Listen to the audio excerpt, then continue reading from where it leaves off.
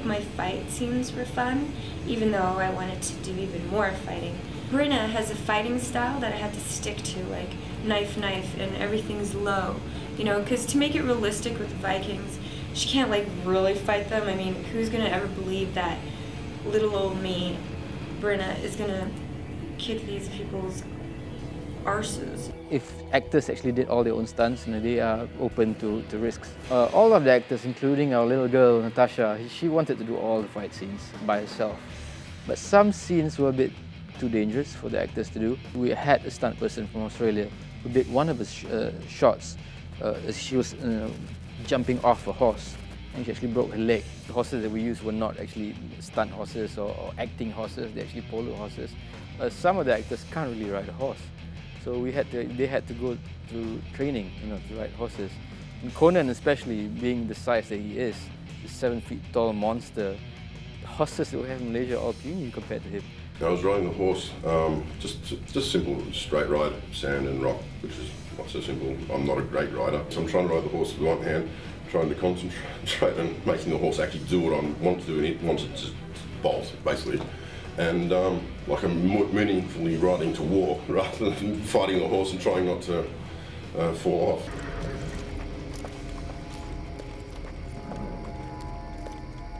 A wizard was kept there, sire. It was, as you said, an iron cage, no roof. Good. Now we shall see if he's all you think he is. Yeah, I don't think any of the stunts were particularly dangerous for me. I think I did 99% of them.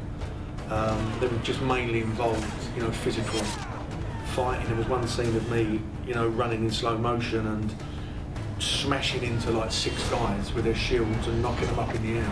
I quite liked the battle scene in the desert area where I got to use 3 or 4 different weapons. We used the staff, and then I got on and got a sword, and then an axe, and then hand to hand, and just taking out dozens of people, and it was a great scene. Yeah, the underwater stuff is always difficult, especially when you're spending 16 hours underneath there. You know, I mean, coming up obviously, with scuba gear and ventilators, and you know, it's just all part of the course with action movies or you know big epics like this that you sign up knowing that you're going to get beat up physically, and you just have to be. You have to prepare yourself physically, and mentally you have to prepare yourself as well. The underwater sequences that we had in the film were all pretty much effect shots. We shot it in a 5-meter deep pool, it's about 15 feet, with a blue screen right across. So working in a pool is quite difficult just because of the sheer fact that it's an alien environment, and also it requires you more energy to move a simple thing like a camera or even a light. Because you're not walking now, you're swimming, you have all this resistance. We also would discuss everything above water beforehand, on how we're going to light or how we're going to achieve a particular shot, and then we formulate a plan, and then we go down and execute the plan. It worked out well, you know, obviously had its challenges because communication was tough. So I just had to trust the DP. You know, did you get the shot? Did you get the shot? So every time he came up, I just watched playback, and that was tough.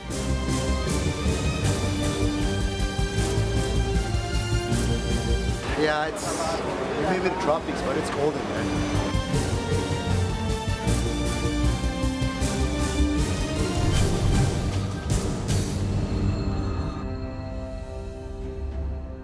The tricky shots that we had to execute, I would say one of them would be the bear sequence. Even though we had animatronics head, the rest of the bear, the whole body, was actually a man in a bear suit. Got a mouthful of bear.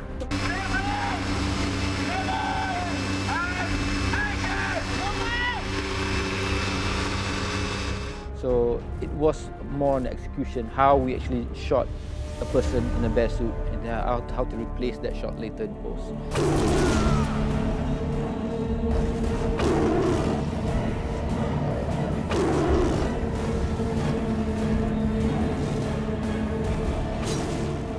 Well, the CG that was used for Vikingdom is mainly on characters, where it's not possible to have a bear fighting a hero or a monster, you know, in hell, or it's stuff that you can't actually have on set. And also, even the sets that we had set extensions, say Kelly's Castle, for instance, It's made to look like it's a monastery somewhere in Europe.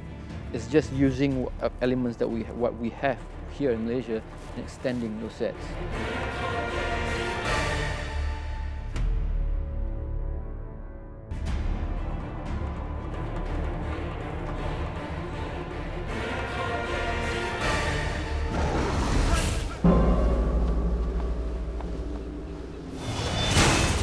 Everybody has a story to tell about their lives. My story begins the day I died. Only an undead can pass through Helheim and return to Midgard. What you ask of me is impossible. You're going to need men to cut your way through there. For any man here who would be a Viking, follow me.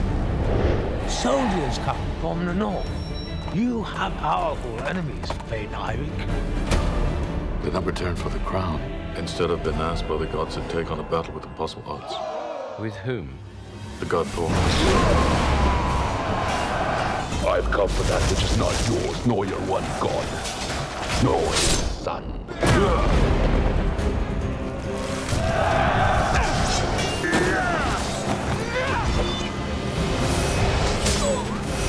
In Helheim, there are many things you must be well, but one thing you cannot avoid.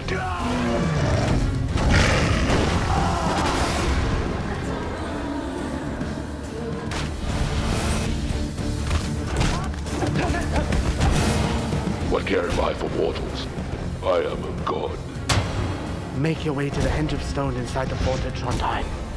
The pathway will be open during the coming blood eclipse.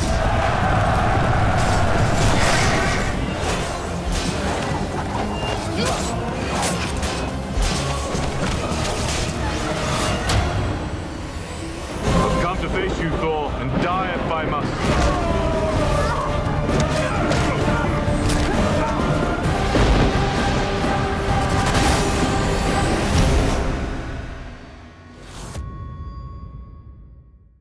Well, it wasn't just a prank on Dominic, it was a prank on me as well, because I wasn't part of it, I didn't know.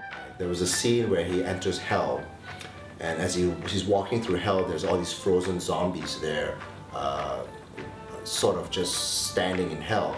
And as he walks by them, they all slowly come to life, and then they attack him. The plan is once Eirick, Dominic had actually gotten past all of them, what they would do is they would start to form into a little dance group.